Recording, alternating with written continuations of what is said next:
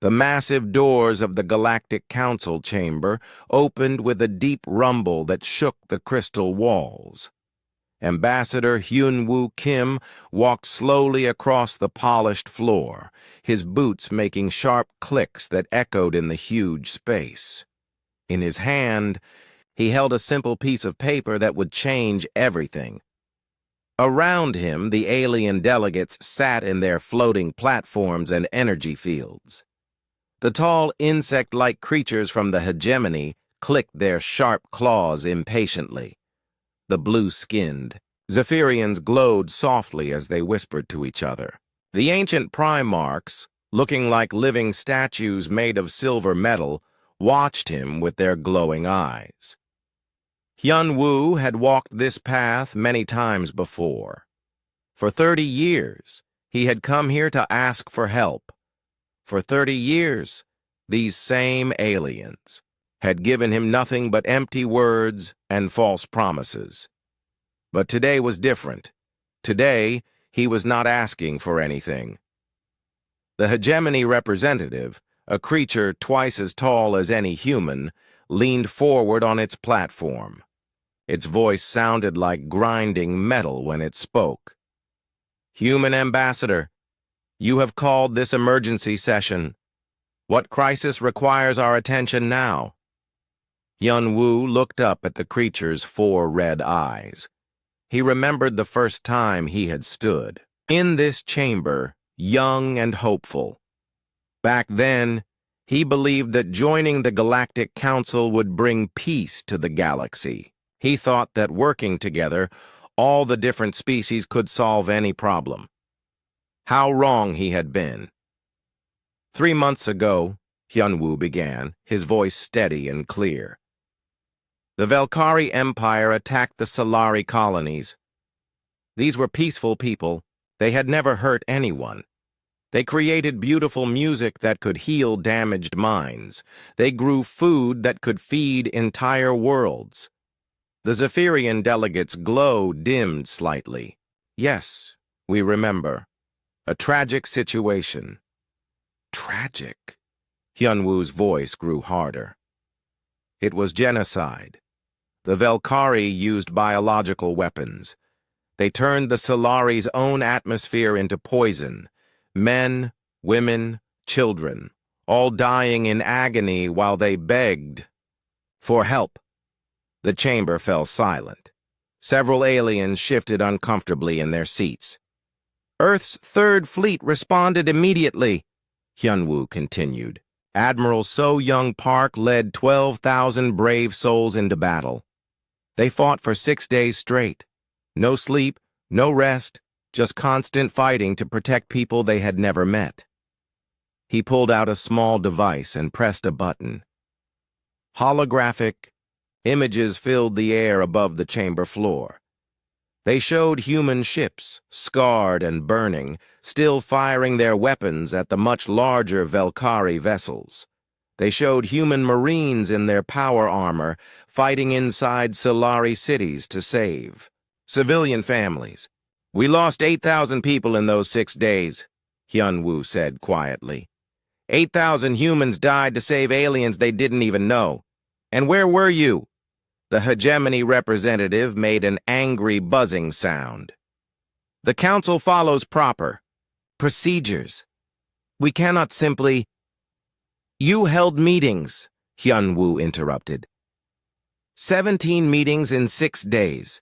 You formed committees, you wrote reports, you discussed trade impacts and territorial boundaries. While my people were dying, you were talking. One of the Primarchs spoke, its voice like distant thunder. Human emotion clouds judgment. Hasty action leads to greater conflicts. Hyun-Woo laughed, but there was no humor in it. Hasty action? Your people have existed for 50,000 years. How much time do you need to decide that genocide is wrong? He reached into his jacket and pulled out the folded paper. The document felt heavy in his hands, weighted with 30 years of disappointment and the blood of too many good people. After the battle, Admiral Park's ships limped back to friendly space. Half her fleet was destroyed. The survivors were wounded, traumatized, mourning their dead. And what did this council do? You sent a formal letter of appreciation. 43 words thanking humanity for our service. The Zephyrian delegate floated closer. Ambassador Kim, surely you understand that the council must remain neutral in local conflicts. Local conflicts? Hyun-woo's voice rose. The Velkari Empire spans 60 star systems. They have enslaved 30 different species. Their biological weapons have sterilized 17 worlds. How is that local? He gestured to the aliens around him. But you're right about one thing.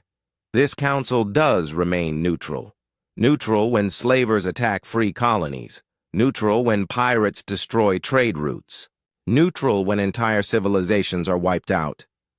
You're so neutral that you've become useless. The hegemony representative's mandibles clicked rapidly, a sign of extreme anger. You forget yourself, human. Earth is a junior member of this council. Your species has existed for merely thousands of years, not millions like ours. You should show proper respect. Respect? Hyun-woo unfolded the paper in his hands. Let me tell you about respect. Respect is Admiral Park holding her dying gunner, while he asked if the Solari children were safe. Respect is Captain Lee's Marines giving their rations to alien refugees. Respect is 8,000 human graves on worlds whose names you can't even pronounce. The chamber grew colder. The lighting systems dimmed as the alien delegates realized. What was happening? This document, Hyun-woo held up the paper, is Earth's formal withdrawal from the Galactic Council. Effective immediately, humanity will no longer participate in council activities. We will no longer respond to requests for peacekeeping missions.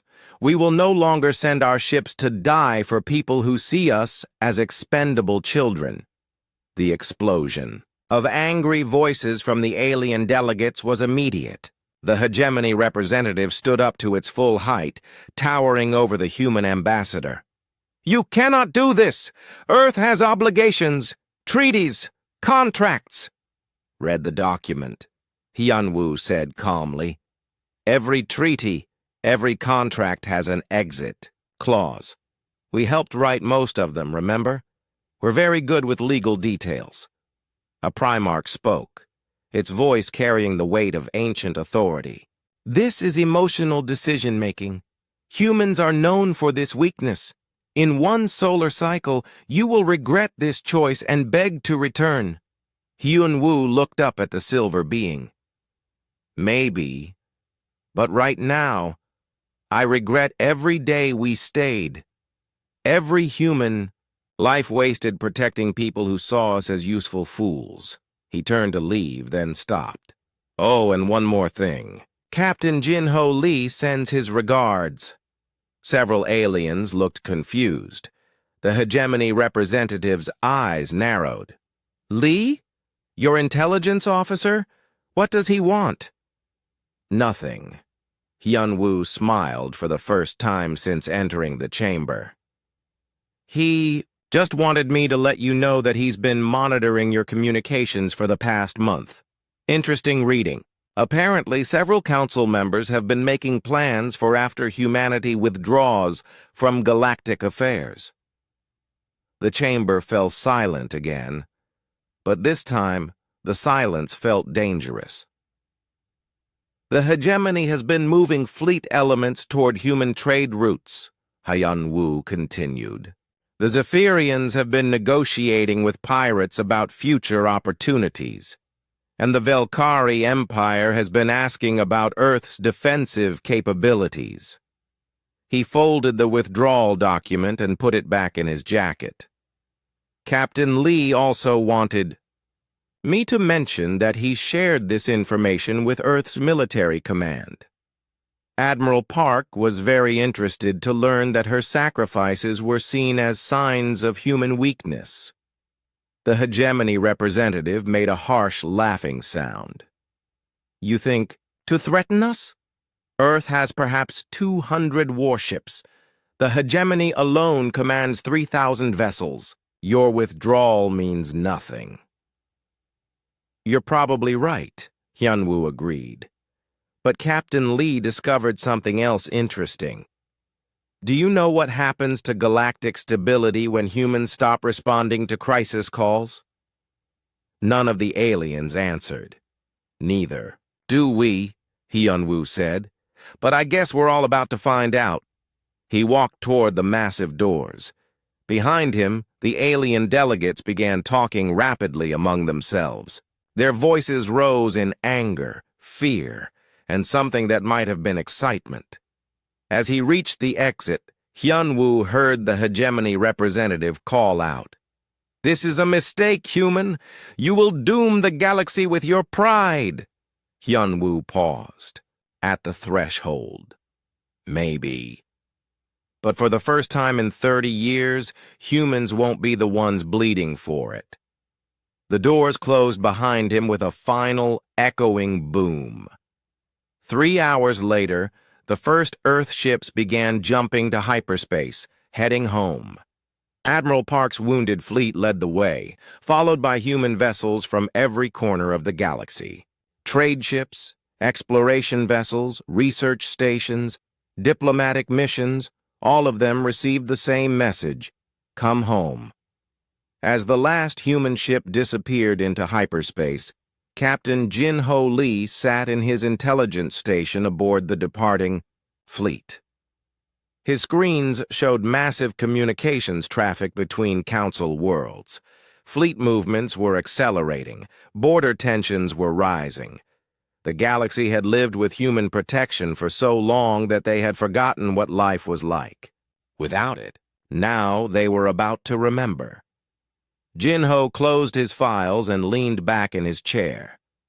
Through his window, he could see Earth's sun growing larger as they approached home. Soon, humanity would learn whether they had made the right choice.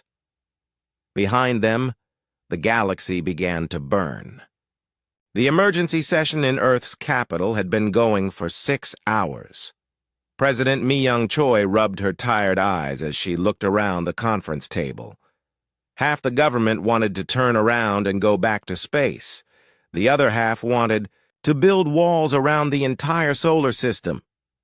"We made a mistake," Senator Park was saying for the third time. "The galaxy needs us. We should return and resume our peacekeeping duties." General Tae-Jun Kang slammed his fist on the table. "Are you insane? We just lost 8,000 people protecting aliens who think we're stupid children. How many more have to die before you understand?" "But the reports coming in," Senator Park held up a data pad. 3 star systems are already at war. The Velkari Empire is attacking everyone around them. Trade routes are being destroyed by pirates. "Good," General Kang said coldly. "Let them fight. Let them die. Maybe then they'll understand what we were doing for them." President Choi listened to the argument with growing frustration. Outside, the conference room windows, she could see the lights of Seoul stretching to the horizon. 20 billion humans lived on Earth. Billions more lived on colonies throughout human space. All of them were looking to her for answers she didn't have. "What does the intelligence report say?" she asked. Captain Jin-Ho Lee stood up and activated the wall display. Images of star maps filled the room, showing red markers spreading like a disease across the galaxy. "It's worse than we expected," Jin-Ho said. "The Velkari Empire launched major attacks on 4 neighboring systems within hours of our withdrawal announcement. They're using the biological weapons they tested on the Solari colonies." The room fell silent as images appeared on the screen. Planets with dead atmospheres, space stations drifting empty and cold, refugee ships fleeing in all directions. "The hegemony is also moving," Jin-Ho continued. "They're claiming that human withdrawal has created security concerns in 17 systems. Their fleets are occupying worlds they've wanted for decades." Senator Park looked sick. We have to do something. Why? General Kang asked. Where were these systems when we needed their help? Where was the hegemony when we were fighting and dying? Because it's the right thing to do, Senator Park shot back. The T. Right thing? General Kang laughed bitterly. The right thing got 8,000 of our people killed last month. The right thing has been getting humans killed for 30 years, while aliens sat safely in their council chambers. President Choi held up her hand for silence. Captain Lee, what else are you seeing? Jinho changed the display to show communication intercepts. The alien governments are panicking. They're realizing that humans didn't just fight their wars. We prevented wars from starting.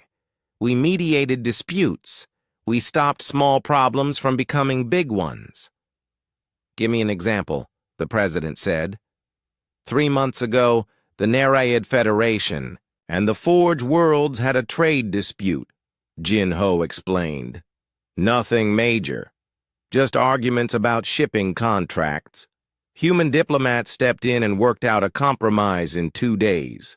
So what's happening now? Without human mediation, the dispute escalated.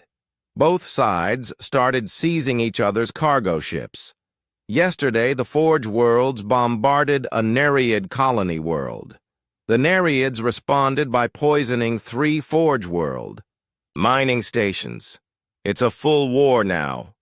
The room was quiet as everyone absorbed this information. How many situations like this are developing? President Choi asked. 47 that we know of, Jinho said, and those are just the ones we're still monitoring. Most of our intelligence stations were withdrawn with the fleet. Senator Park leaned forward. Then we have to go back. This proves that the galaxy needs human intervention. No, General Kang said firmly. This proves that the galaxy is exactly as broken as we thought. These aliens would rather kill each other than solve their own problems. We're not responsible for their failures. Dr. Yoonji Han, who had been silent throughout the meeting, finally spoke up. Actually, we might be more responsible than we realized. Everyone turned to look at the xenologist. She was young for such an important position, but her research into alien psychology had helped human diplomats for years. I've been analyzing 30 years of conflict data, she said, pulling up new charts on the display. Every time humans intervened in a crisis, we prevented larger conflicts from developing, but we also prevented these species from learning how to solve problems themselves. What do you mean? President Choi asked. Think of it like medicine, Dr. Han explained. If you take antibiotics every time you get a small infection, your immune system never learns to fight diseases on its own. When you stop taking the medicine, even small infections can kill you. General Kang nodded slowly. You're saying the galaxy has become dependent on human intervention? Exactly. These species used to have their own ways of handling conflicts, but over the past 30 years, they started relying on humans to solve everything. Their diplomatic skills atrophied. Their conflict resolution systems broke down. And now? Senator Park asked, though he seemed to already know the answer. Now they're facing problems they haven't had to solve in decades, and they don't remember how, Dr. Han said. It's like pulling life support from a patient who's been in a coma for 30 years. The room fell silent again. Outside, the sun was setting over Seoul, painting the sky red and orange. There's something else, Jinho said quietly. We're getting communications from alien refugees. Hundreds of ships are heading toward human space. What kind of communications? President Choi asked. Requests for asylum, safe passage, food and medical supplies. Jinho paused. Some of them are species that mocked us in the council chambers just weeks ago. General Kang's face hardened. Turn them away. All of them. Sir, Jinho said carefully, some of these refugees are Silari survivors. The room became very quiet. Everyone remembered the gentle, artistic species that humans had died to protect. How many Silari are left? Dr. Han asked. Less than 10,000, Jinho said, out of a population of 50 million. Senator Park put his head in his hands. We have to help them. If we help the Silari, we have to help everyone, General Kang said. And if we start helping refugees, we're back to being the galaxy's problem solvers. Nothing will have changed. President Choi stood up and walked to the window. The city lights were coming on as darkness fell. Somewhere out there, alien ships filled with desperate families were approaching human space. Behind them, the galaxy was tearing itself apart.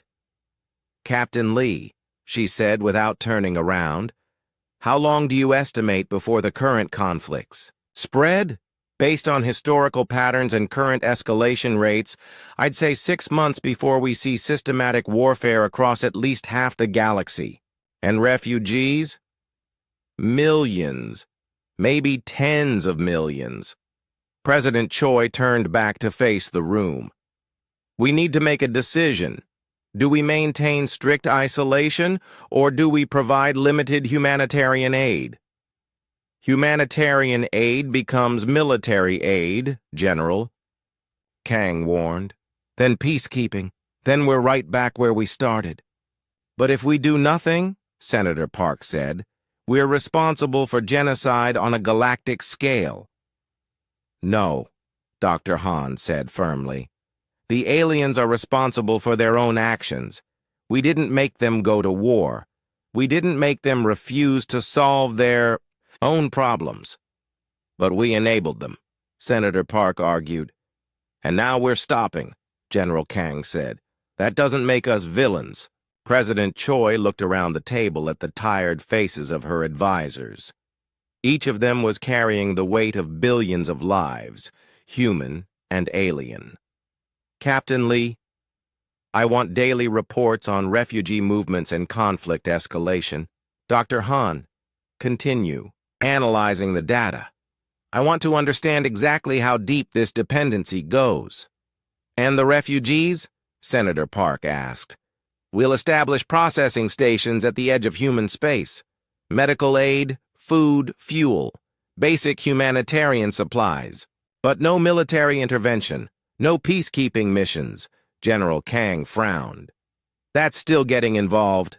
No, President Choi said. That's being human. There's a difference. As the meeting ended and people filed out of the room, Captain Jinho stayed behind. He pulled up a new display showing the latest intelligence reports. Madam President, he said quietly, there's something else. Something I didn't want to say in front of the others. What is it? The communication intercepts show that some alien governments are planning military action against Earth. President Choi felt a chill run down her spine. What kind of military action? They think our withdrawal is a bluff. They believe that if they threaten human colonies, we'll come back and resume peacekeeping duties. Are they right? Jinho was quiet for a long moment. I don't know. But we're about to find out. Outside the window, the first alien refugee ships appeared as tiny lights in the night sky, growing larger as they approached Earth's outer defenses. Behind them, the galaxy burned.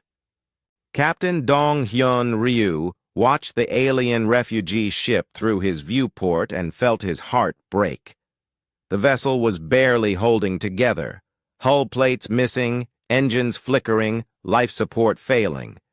Inside were 300 Zephyrian families, the same species that had laughed at humanity just 3 months ago. Captain, his communications officer called out. They're requesting emergency docking. Their children are dying. Dong-hyun closed his eyes. His orders were clear. No alien. Ships allowed into human space. But looking at the dying vessel, he couldn't bring himself to turn them away. "Grant them emergency docking," he said quietly. "Medical teams to Base 7. "Sir, that's against direct orders from Earth Command." "Then I'll face the consequences," Dong-hyun said. "I won't watch children die when I can help them." As the refugee ship-docked with his patrol vessel Soul's Pride, Dong-hyun thought about how much the galaxy had changed. 3 months ago, the Zephyrians had been proud energy beings who thought humans were primitive. Now they were begging for help from the same primitive species they had mocked. The first refugees came through the airlock carrying their young. Zephyrian children looked like small balls of blue light, but these ones were dim and flickering. The human medical team immediately went to work, providing energy supplements and medical care. "Thank you," the Zephyrian leader said to Dong-hyun. His energy form was barely glowing. "My people, we were wrong about humans. We understand that now." "What happened to your worlds?" Dong-hyun asked. "The Velkari came," the alien said simply. "Their biological weapons don't work on energy beings like us, so they used something worse. Dark energy bombs that tear apart our quantum structure. Entire colonies just stopped existing." Dong-hyun felt sick. He had read reports about the Velkari's new weapons, but seeing the results was different. "How many of your people are left?" "Perhaps 50,000, scattered across the galaxy. The Velkari are hunting us systematically. They want to make sure no Zephyrian survive to tell what they've done." Before Dong-hyun could respond, his tactical officer called out urgently, "Captain, multiple contacts dropping out of hyperspace, large vessels." Dong-hyun rushed to the bridge. On the main screen, he could see 6 massive ships appearing in flashes of twisted light. Their design was unmistakable. Hegemony dreadnoughts. "This is Hegemony Battle Group 7, came a harsh voice over communications. "Human vessel, you are harboring enemy aliens. Transfer them to our custody immediately." "Enemy aliens?" Dong-hyun said. "These are refugees. They're under human protection." The lead Hegemony ship, a kilometer-long monster covered in weapon ports, moved closer. "There is no human protection anymore. You abandoned the galaxy, remember? These Zephyrians are war criminals who aided enemies of the Hegemony." Dong-hyun knew this was a lie. The Zephyrians had been neutral in every conflict for centuries. But the Hegemony was using human withdrawal as an excuse to settle old grudges. "I'm not turning over refugees to be slaughtered," Dong-hyun said firmly. "Then you will be destroyed along with them." The Hegemony ships began charging their weapons. Dong-hyun's small patrol vessel had no chance against 6 dreadnoughts. He was about to watch his crew die for the same reason thousands of humans had died before, protecting aliens who couldn't protect themselves. But then space around them filled with blue flashes as human ships dropped out of hyperspace. Admiral Young-Soo Nam's Second Fleet had arrived, 24 human warships responding to Soul's Pride's distress call. "Hegemony vessels," Admiral Nam's voice came over all communication channels. "You are threatening a human ship in human space. Withdraw immediately."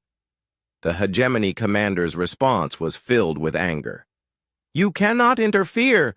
You abandoned your peacekeeping role."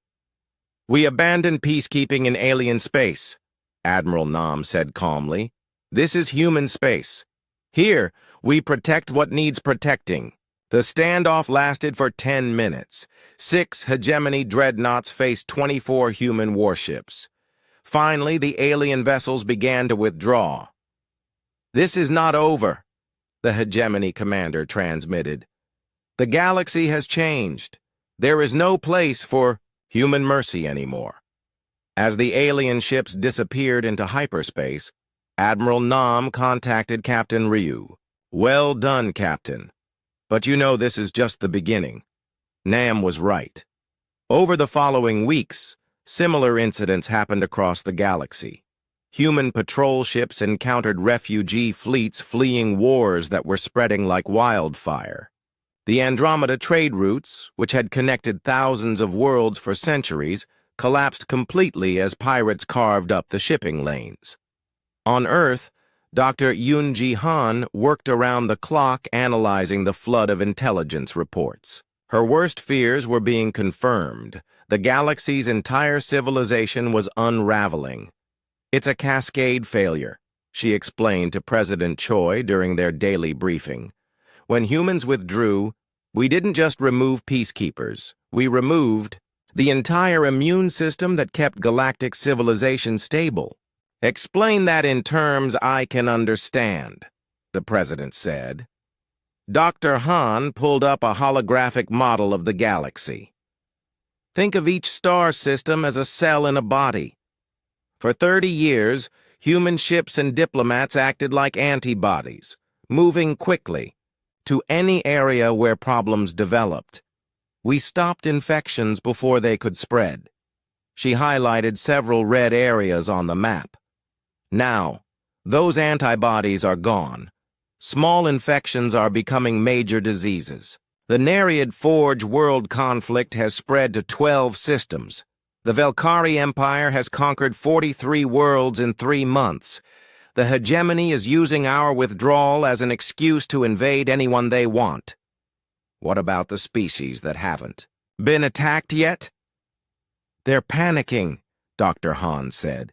"The peaceful species are forming desperate alliances that make no sense. The architects are trying to ally with the synthesis.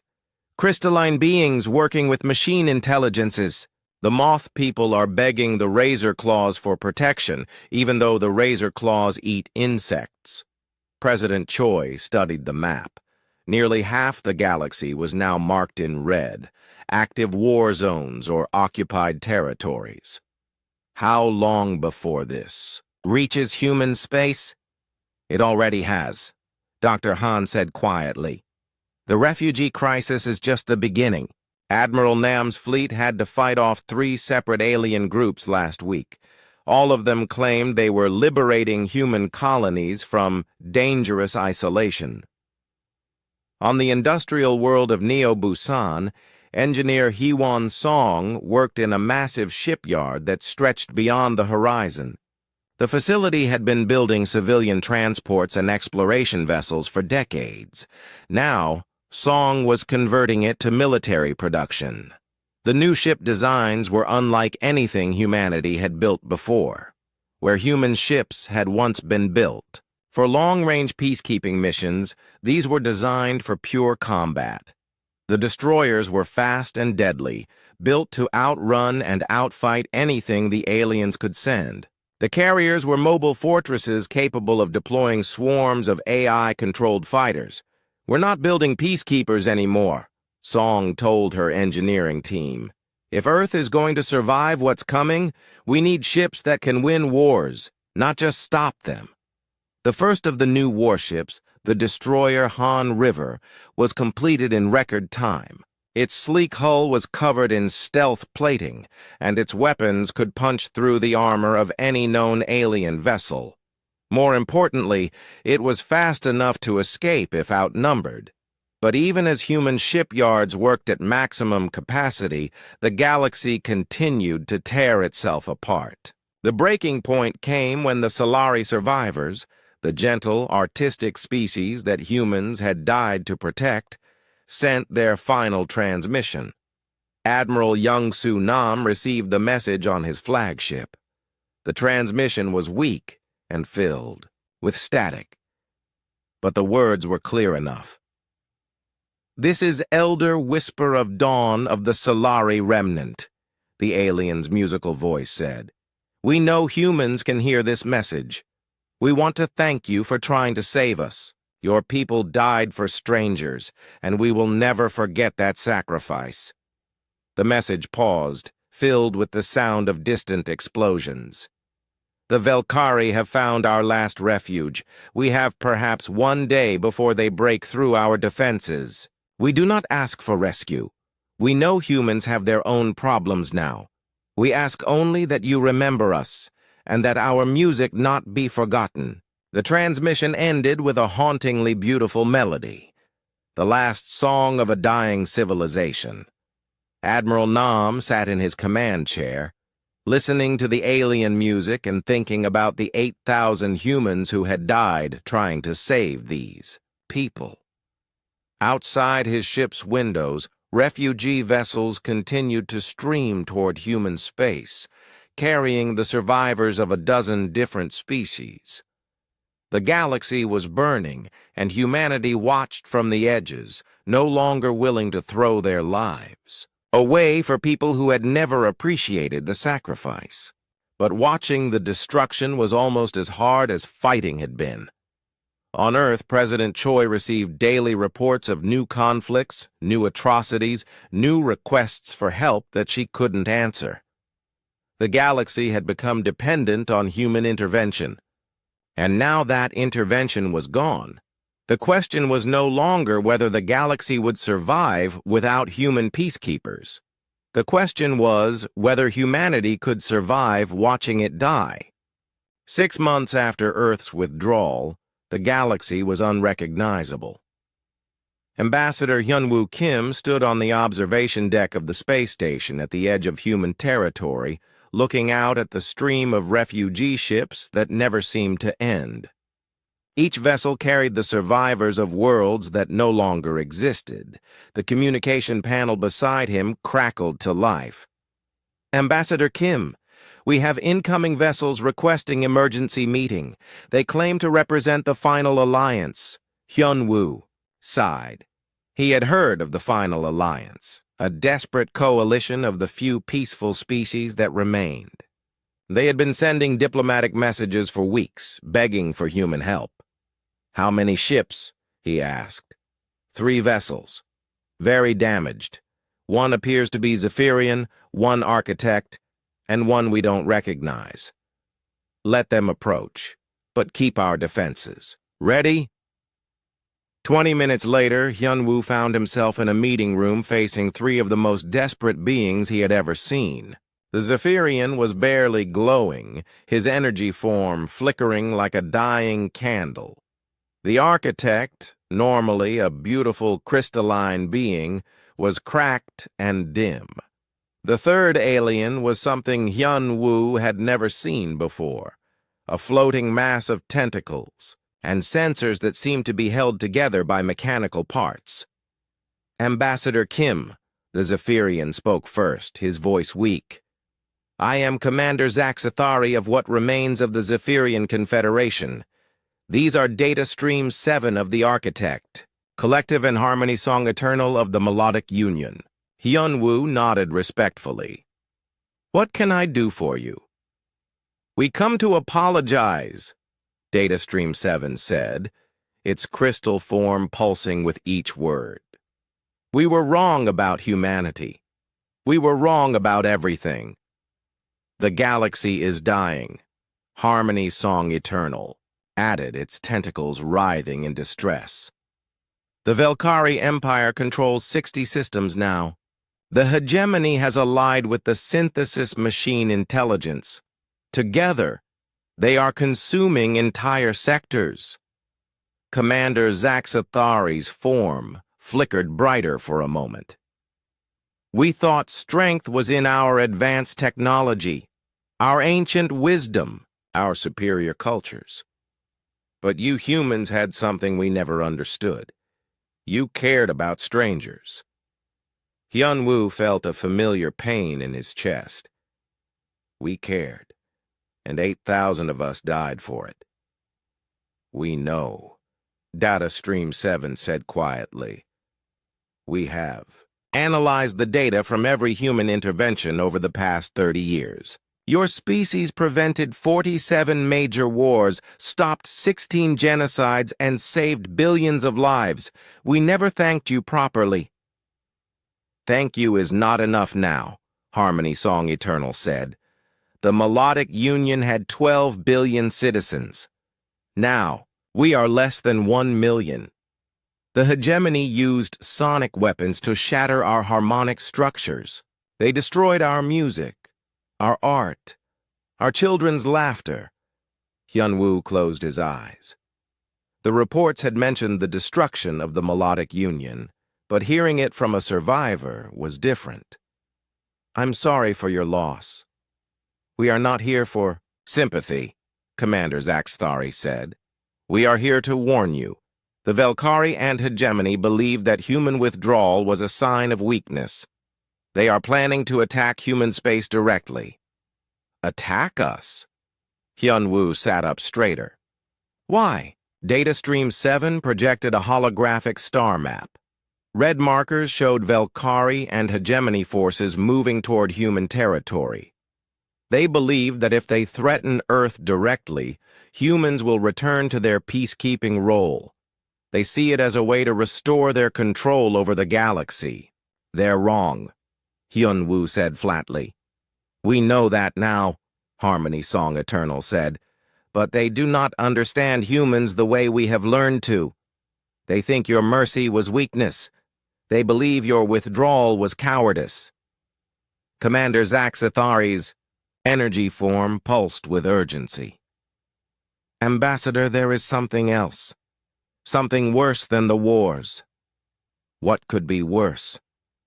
The quantum barriers are failing, Data Stream 7 said. The constant warfare, the massive use of destructive weapons, the death of entire civilizations, it's tearing holes in space itself. Hyunwoo felt a chill run down his spine. What kind of holes? Gaps that lead to the void between realities, Harmony Song Eternal explained. Our instruments detect movement in those gaps. Ancient things that should not exist are beginning to notice our galaxy. On Mars, General Tai Jun Kong watched the training exercises with grim satisfaction. Human soldiers moved through combat scenarios with deadly precision. These weren't the peacekeepers who had served the galaxy for 30 years. These were warriors trained for one purpose: protecting humanity at any cost. How are the new recruits? Performing? Colonel Subin Yoon asked, joining him on the observation platform. Better than expected, Kang replied. Anger is a powerful motivator. Every soldier here has lost friends or family in alien conflicts. They're not interested in saving the galaxy anymore. What about the new weapon systems? Kang smiled coldly. The particle lance can punch through hegemony armor like paper. The quantum torpedoes can phase through shields and detonate inside enemy ships. We've learned from 30 years of fighting alien technology. Colonel Yoon pulled up tactical data on her tablet. Intelligence reports show Velkari fleets massing near the Tau sector. Hegemony forces are moving toward our outer colonies. Let them come, Kang said. They're about to learn the difference between humans who fight to protect others and humans who fight to protect themselves. Far beneath Earth's oceans, Dr. Yoon-ji Han worked in a secret research facility that few people knew existed. Her discovery was too dangerous to study anywhere else. In the quantum foam that connected all space, she had detected something that made her blood run cold.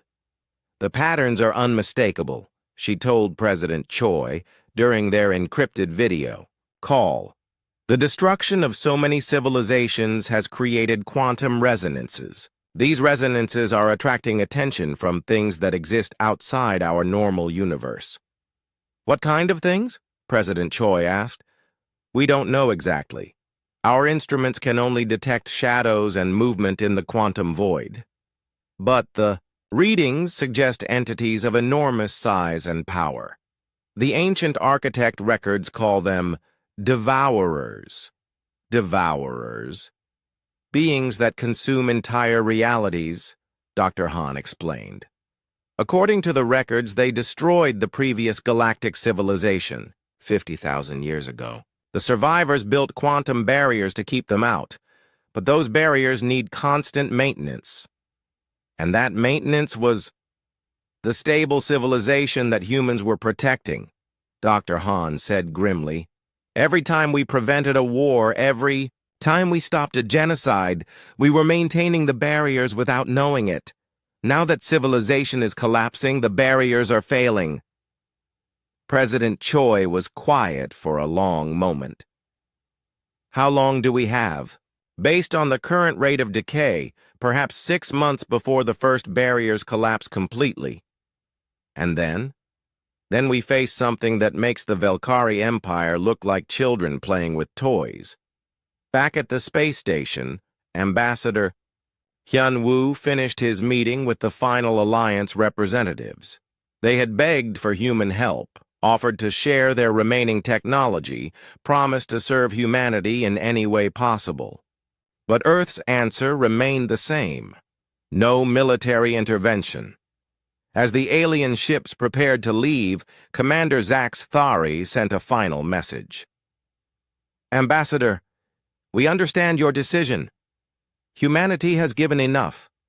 But please remember, when the ancient darkness returns, it will not care about species boundaries. It will consume everything, including Earth. Hyun-woo watched the 3 damaged ships disappear into hyperspace, carrying the last hope of dozens of civilizations. He thought about the young diplomat he had been 30 years ago, full of hope for galactic cooperation. That man seemed like a stranger now. His communication device chimed with an urgent message from Earth. The Velkari Empire had issued an ultimatum. Humanity had 7 days to resume peacekeeping operations, or they would attack human colonies directly. Hyun-woo deleted the message without responding. The aliens still didn't understand.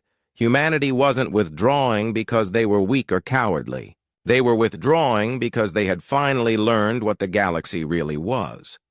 A collection of civilizations too proud to save themselves and too selfish to appreciate those who tried.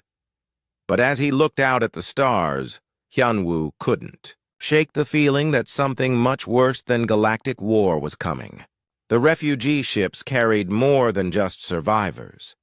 They carried stories of worlds that had simply vanished, consumed by darkness that defied explanation. The galaxy had rejected humanity's help. Now they would face the consequences alone. The question was whether anyone would survive long enough to regret their choice. The first Devourer ship appeared at the edge of the galaxy like a wound in space itself. Captain Jin-Ho Lee was monitoring long-range sensors when every screen in his intelligence station went white with static. "What just happened?" he asked. His technical team. "Unknown, sir," Specialist Kim replied, frantically working at her console. "We lost contact with the Outer Rim monitoring stations, all of them, simultaneously." Jin-Ho felt ice form in his stomach. 12 monitoring stations spread across 3 light years had just gone silent at exactly the same time. That was impossible unless something had destroyed them all instantly. "Get me Admiral Park," he ordered. Admiral So-Young Park was in the middle of a fleet meeting when Jin-Ho's urgent call came through. The holographic image of her intelligence officer appeared above the conference table, his face pale with fear. "Admiral, we have a situation. Something just eliminated our entire Outer Rim sensor network." "Eliminated how?" Admiral Park asked. "Unknown. They didn't explode. They didn't send distress signals. They just stopped existing." The other fleet commanders around the table looked confused. Admiral Nam leaned forward. "Sensor malfunction?" "No, sir," Jin-Ho said. "I'm detecting massive gravitational distortions where the stations used to be. Something is bending space itself." Admiral Park stood up quickly. "How long to get a scout ship to the area?" 6 hours at maximum speed." Do it. Send 3 ships. Different approach vectors. And Captain Lee, prepare all deep space monitoring stations for immediate evacuation. But it was already too late. As the human scout ships jumped toward the outer rim, the thing that had destroyed the monitoring stations began to move deeper into the galaxy. It was vast beyond comprehension. Not a ship in any traditional sense, but a writhing mass of dark matter and twisted space-time that consumed everything in its path. The Velkari Empire's outer fleet was the first to encounter it. Admiral Zekthar commanded 47 of the Empire's most powerful warships, vessels that had conquered dozens of worlds in the past months. When his sensors detected the approaching anomaly, he ordered his fleet to intercept. Unknown vessel, identify yourself, Admiral Zekthar transmitted. You are entering Velkari space without authorization. There was no response. The dark mass continued moving toward his fleet at impossible speed. All ships, battle formation, Zekthar ordered. Prepare to fire. The Velkari ships opened fire with everything they had. Energy beams that could crack planets struck the dark mass and simply disappeared. Missiles that could destroy space stations were absorbed without trace. The biological weapons that had wiped out the Solari had no effect on something that wasn't truly alive. Then the mass reached the first Velkari ship. Admiral Zekthar watched in horror as the massive dreadnought simply ceased to exist. Not destroyed, not vaporized. It was there one moment and gone the next, as if it had never been built. All ships, retreat! Zekthar screamed into his communicator, but it was too late.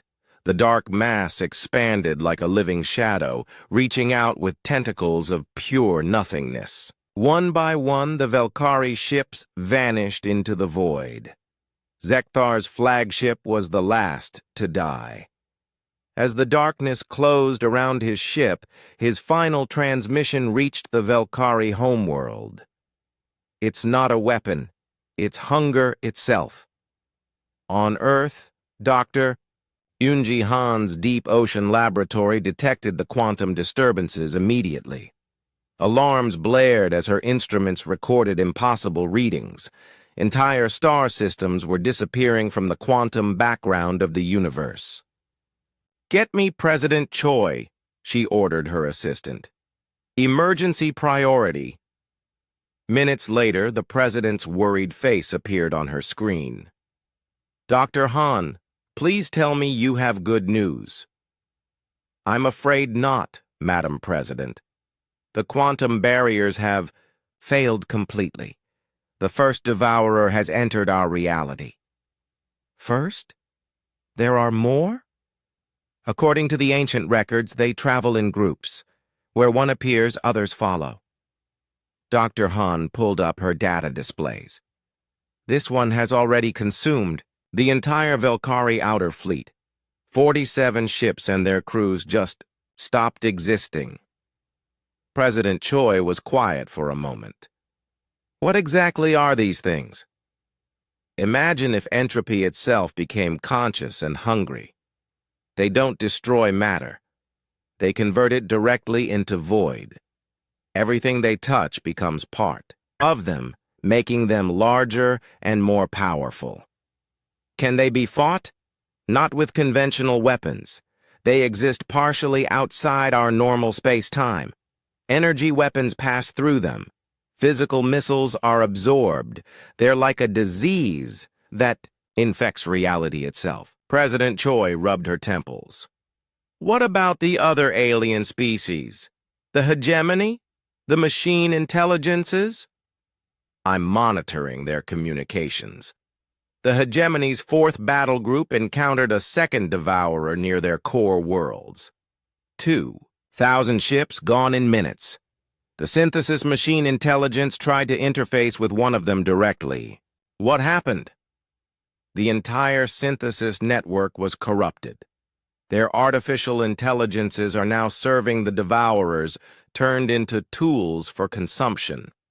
As if summoned by their conversation, Captain Jin-Ho Lee's urgent call came through. His image appeared beside Dr. Han's, his face grim. "Madam President, we're receiving communications from across the galaxy. Every major government is reporting the same thing. Impossible ships that destroy everything they touch." "How many?" President Choi asked. "At least 7 confirmed, possibly more. They're spreading out from the galactic rim, consuming everything, in their path." Dr. Han enhanced her display to show the galaxy-wide situation. Red zones marked areas where devourers had appeared. Each zone was expanding rapidly as the entities consumed more matter and grew larger. "There's something else," Jin-Ho continued. "The few surviving alien governments are sending desperate messages to Earth. They're begging for help." "The same species that mocked us 6 months ago?" President Choi asked bitterly. "Yes, ma'am. The Hegemony Council sent a formal apology for their treatment of humanity. The remaining Zephyrians are offering to share their energy technology. Even the machine intelligence remnants are pledging eternal service if we help them." President Choi studied the tactical display. The Devourers were still at the galaxy's edge, but they were moving inward fast. At their current rate of expansion, they would reach human space in less than 2 months. "Dr. Han, is there any way to stop these things?" "I've been analyzing the quantum signatures," Dr. Han said. "There might be one possibility. Human quantum signatures are different from other species. Our brain waves, our neural patterns, even our cellular structure resonates at frequencies that seem to disrupt devourer feeding processes." "What does that mean?" "It means we might be toxic to them. Not immune, they could still destroy us physically. But our presence creates quantum interference that makes it harder for them to convert matter into void." Captain Jin-Ho looked puzzled. "Why would humans be different?" "Evolution," Dr. Han explained. "Humanity developed on a world with unique quantum characteristics. Our sun's magnetic field, Earth's core composition, even our moon's gravitational effects created specific evolutionary pressures. We're quantum-tuned in ways that other species aren't. So we could fight them? Theoretically. But it would require getting close to them, and that means certain death for anyone involved." President Choi was quiet for a long moment, thinking about the desperate alien messages begging for human help. The same species that had dismissed humanity as primitive children were now pleading for salvation from the very people they had scorned. "Captain Lee, what's the status of our fleets?" "Admiral Park's first fleet is at full strength. Admiral Nam's second fleet is conducting training exercises. General Kang's defense forces are prepared for any threat to human space. And our new weapons? Engineer Song's quantum resonance weapons are still experimental, but they might be effective against devourer entities. The AI fighter swarms could potentially overwhelm individual devourers through sheer numbers." Dr. Han brought up another display. "Madam President, I need to show you something else. The devourers aren't just randomly destroying things. They're following specific patterns, consuming civilizations in order of their quantum density, which means they're saving the most quantum-rich civilizations for last. Species with the most complex neural patterns, the most advanced consciousness." She paused. "Humanity is at the top of that list." President Choi felt a chill run down her spine. "They're coming for us specifically." "Eventually, yes, but first they'll consume every other species in the galaxy. By the time they reach Earth, they'll be unimaginably powerful." The room fell silent as everyone absorbed this information. outside Earth's atmosphere, refugee ships continued to arrive by the thousands, carrying the survivors of a dozen different species. All of them were fleeing the same nightmare, ancient hunger awakened by the galaxy's own violence. President Choi looked at the faces of her advisors.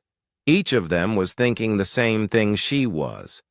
The galaxy had rejected humanity's help when the threat was just war and genocide. Now they faced something infinitely worse, and the same species that had mocked human mercy were begging for human sacrifice. The question was no longer whether humanity should save the galaxy. The question was whether anyone could be saved at all. The final battle for galactic civilization began not with speeches or fanfare, but with Engineer Hai Wan Song's experimental warships dropping out of hyperspace like avenging angels.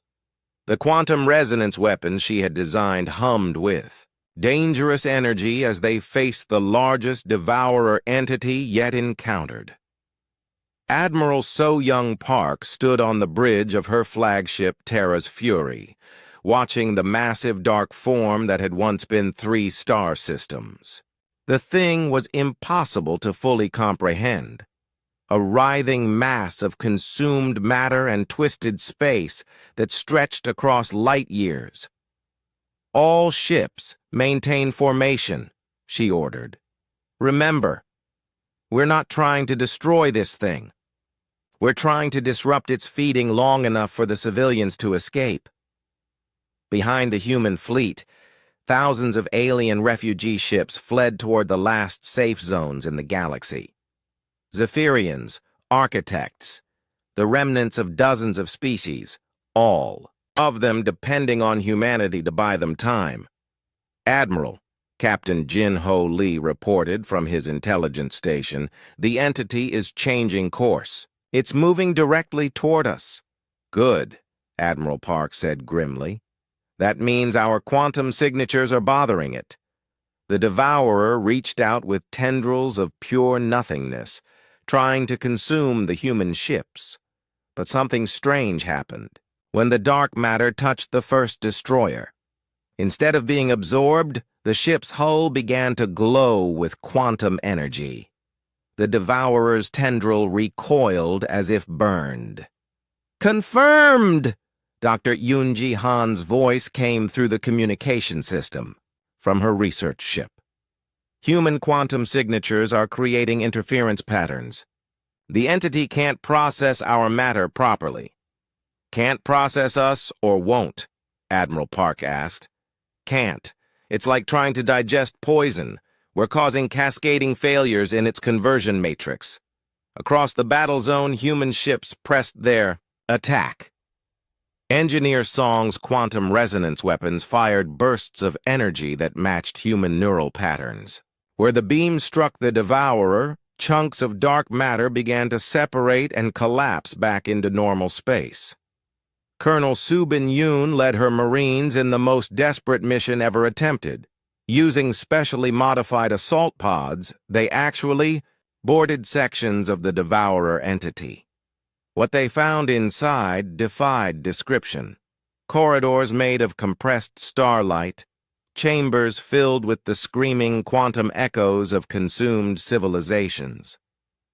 This thing isn't just eating matter, Colonel Yoon reported as her team fought through nightmare landscapes.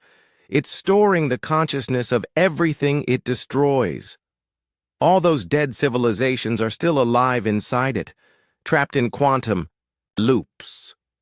The revelation changed everything. The devourers weren't just destroyers. They were prisons for entire species. Every world they had consumed, every ship they had absorbed, still existed in a state of eternal suffering within their twisted forms. Then we're not just fighting to save the living, Admiral Park said. We're fighting to free the dead. General Tae-jun Kang's defense fleets arrived at the battle zone just as 3 more devourer entities emerged from the quantum void. The general had spent months preparing for this moment, training his forces not for peacekeeping, but for total war. All ships, weapons free, he ordered. These things want to consume consciousness? Let's give them more human consciousness than they can handle. The battle became unlike anything ever seen in galactic history. Human ships used themselves as quantum anchors, deliberately allowing devourers to partially consume them while maintaining their consciousness through sheer willpower. Every dying human created feedback loops that weakened the entity's control over their absorbed matter. Captain Dong-Hyun Ryu, commanding the patrol ship Soul's Pride, made the ultimate sacrifice. As a devourer tendril wrapped around his vessel, he broadcast his memories and emotions directly into the entity's quantum matrix. "Remember the children we saved," he transmitted as his ship was consumed. "Remember every alien family we protected. Remember why humans fight." The devourer entity convulsed as Dong-Hyun's memories infected its consciousness. Suddenly, sections of absorbed matter began to destabilize. Ships that had been consumed months ago started to re-emerge from the dark mass, their crews confused but alive. Dr. Yoon-ji Han realized what was happening. The devourers process matter by erasing its quantum history. But human consciousness is too complex, too emotional. They can't delete our memories without creating paradoxes in their own structure. President Mi-young Choi watched the battle from Earth's command center, seeing her people sacrifice themselves to save species that had once mocked them. The irony was not lost on her. Humanity's greatest weakness, their emotional attachment to strangers, had become their greatest weapon. "Admiral Park," she transmitted, "I'm authorizing Operation Phoenix." Admiral Park nodded grimly. Operation Phoenix was humanity's final gambit, using quantum beacons powered by human memory and emotion to overload the devourer's consumption. Matrices.Engineer Song's team had worked for weeks to build the devices. Each beacon contained the compressed neural patterns of thousands of human volunteers, their memories, their feelings, their unbreakable determination to protect the innocent. The beacons activated, space around each devourer entity began to glow with warm, golden light. The quantum signatures of human compassion, human stubbornness, human refusal to surrender flooded the entity's systems. The first devourer to succumb was the one that had consumed Captain Ryu. The dark mass began to break apart, releasing not just the matter it had absorbed, but the consciousness as well. Zephyrian energy beings who had been dead for months flickered back to life. Architect crystal forms reformed from quantum dust. Even some Solari survivors emerged, their musical voices joining in a chorus of amazement, but victory came at a terrible cost. Each quantum beacon required human operators to maintain the neural link. These brave volunteers burned out their own minds to power the devices, their consciousness becoming part of the quantum interference that poisoned the devourers. Admiral Youngsu Nam's Second Fleet engaged the largest devourer entity at the galaxy's core.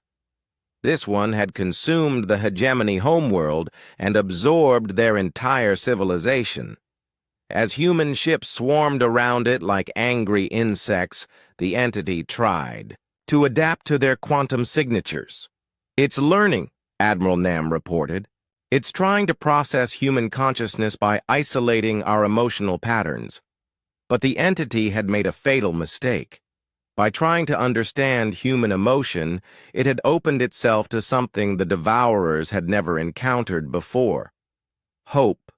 Commander Zaxathari of the surviving Zephyrians was the first to notice it.